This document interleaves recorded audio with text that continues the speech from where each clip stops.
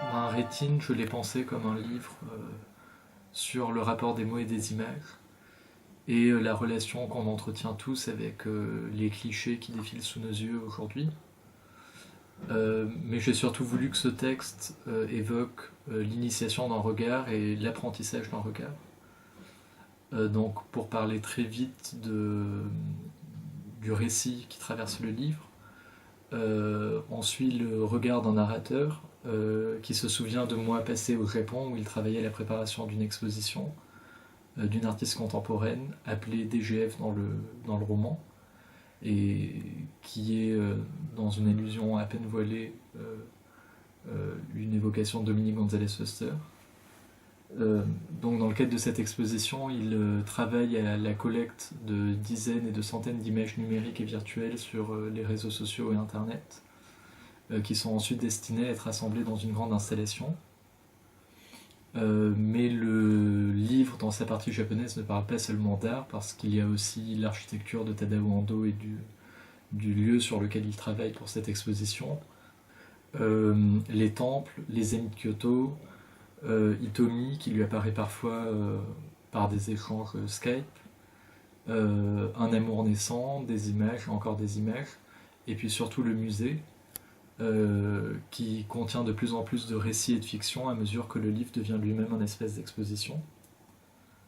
Le regard s'ouvre peu à peu au fur et à mesure de cette histoire, et on le retrouve quelques mois plus tard à Berlin, à l'occasion du 30e anniversaire de la chute du mur. On est donc en novembre 2019, quelques semaines après la parution de Rétine, et la jeunesse européenne se rassemble et se retrouve pour des mouvements de protestation en marge des commémorations officielles. Le narrateur y est aussi, mais pour fixer une dernière image des traits d'Hitomi. Il la voit apparaître sur des écrans, il la regarder, et peu à peu il s'abandonne à ses seules sensations et commence à prendre le pouvoir sur chacune des représentations qui l'entourent. Je tenais à ce que le livre soit écrit à la première personne, pas du tout dans une volonté autobiographique, mais plutôt parce que ma recherche dans le livre tend à retranscrire la sensibilité d'une personne face au flux d'images qui l'entoure et la sensibilité d'un regard. Donc je voulais écrire à la première personne pour pouvoir développer un ensemble de descriptions et de ressentis du narrateur vis-à-vis de tous les clichés qui l'entourent. C'est une fiction dans le rapport à l'artiste qui est mentionné comme dans toutes les autres choses qui sont évoquées. Mais il y a évidemment une part de réel très importante dans les corps, les images, les œuvres qui apparaissent de manière récurrente dans le texte et qui font comme un livre d'images et comme une série de diaporamas. Et donc il n'y a aucune image imprimée dans le livre. Mais l'idée était que le livre ne contienne que des images et que le récit fonctionne par effet de déjà-vu et par rapport cursif d'un tableau à l'autre. Il n'y a aucun dialogue dans le texte. Je les ai pas évités. Ils sont pas venus. Après, il y a peut-être un rapport visuel, mais je sais pas s'il a un intérêt capital, mais c'est qu'en général, j'ai un peu de mal avec les dialogues dans les livres, parce que j'ai l'impression que, en tournant les pages, on sait déjà qu'il va y avoir un dialogue, en fait. Bon, c'est peut-être un petit peu abstrait, mais c'est quelque chose qui me dérange un peu en général. Et, et donc les interactions entre les personnages sont intégrées dans les paragraphes, parce que j'y mets l'idée d'un livre qui, à l'exception de quelques pages blanches qui séparent les 4 grandes parties du texte, ce soit un continuum de paragraphes et de phrases qui, graphiquement, ne laissent aucun indice sur ce qu'ils contiennent. Et c'est en les lisant qu'on perçoit les images qui sont décrites et mentionnées. Je peux d'autant mieux vous parler des couleurs que je suis daltonien, en vérité. Et ça a été quelque chose d'assez important dans l'écriture du texte, parce que avec par exemple la figure de l'ekphrasis ou d'une description vraiment très précise, j'essayais en construisant chaque paragraphe de trouver les variables ou les paramètres que je pouvais travailler. Et j'étais forcément un peu incapable sur les questions de couleur. Et ça m'a amené en fait vers toute une littérature et toute une recherche autour de ces sujets-là, qui m'étaient pour le coup très étrangers. Et en fait, je me suis aperçu que j'ai découvert l'histoire du pourpre visuel, qui donne son nom à l'installation sur laquelle travaille le narrateur, qui est le visual purple en anglais, qui est en français la rhodopsine, qui est une particule présente sur la rétine, que certains chercheurs maintenant oubliés prétendaient pouvoir fonctionner comme un négatif photographique, et supposaient qu'on pouvait fixer la dernière image vue par un être humain avant sa mort en faisant le négatif et le tirage de ce qui s'était imprimé sur ces molécules de visual purple. Et donc c'est comme ça qu'est venue l'idée d'une couleur, le pourpre, que j'ai non seulement moi-même du mal à définir, mais qui est même en général, après avoir fait l'expérience auprès d'amis, assez difficile à définir, parce que certains y voient du rouge, certains y voient du violet. C'est un terme un peu moins clair qu'il n'y paraît.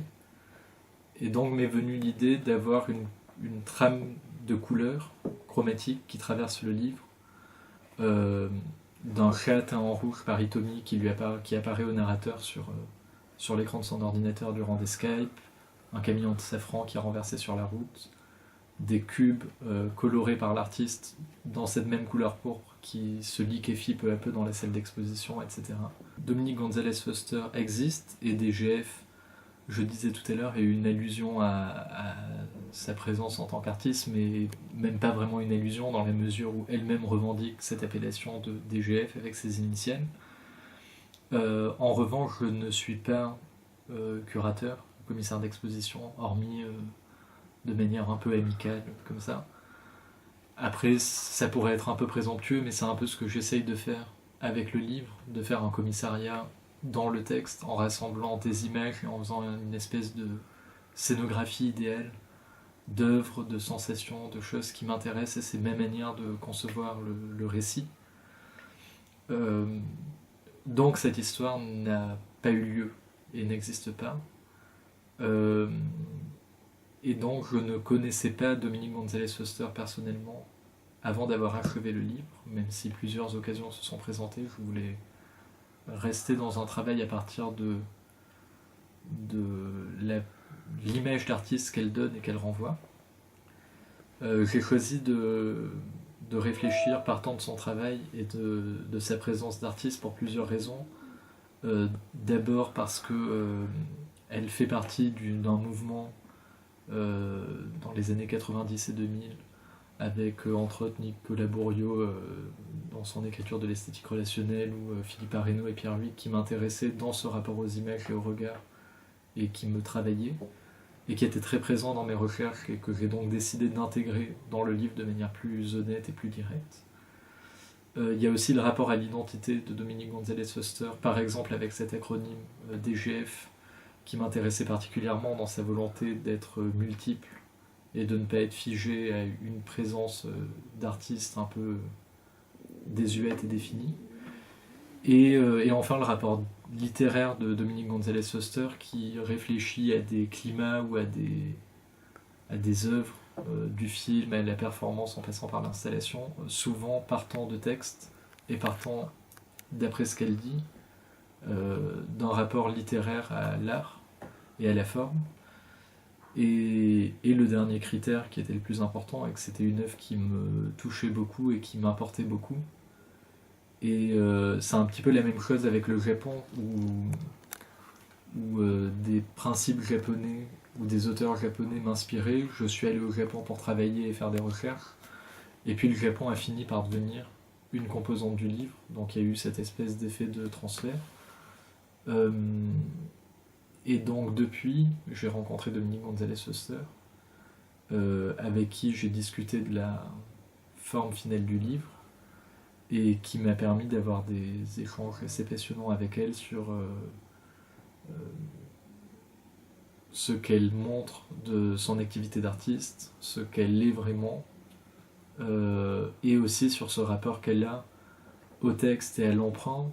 Et quelque part, il y a un peu la continuité d'une boucle dans la mesure où elle-même a conçu beaucoup d'œuvres partant de textes d'auteurs vivants. Et donc moi j'écris un texte partant de ces œuvres-là, donc il y a une espèce d'appropriation successive qui m'intéressait assez aussi dans l'écriture du livre. Il y a quelque chose dont j'ai un petit peu parlé mais qui était assez important pour moi, qui était la question de la description.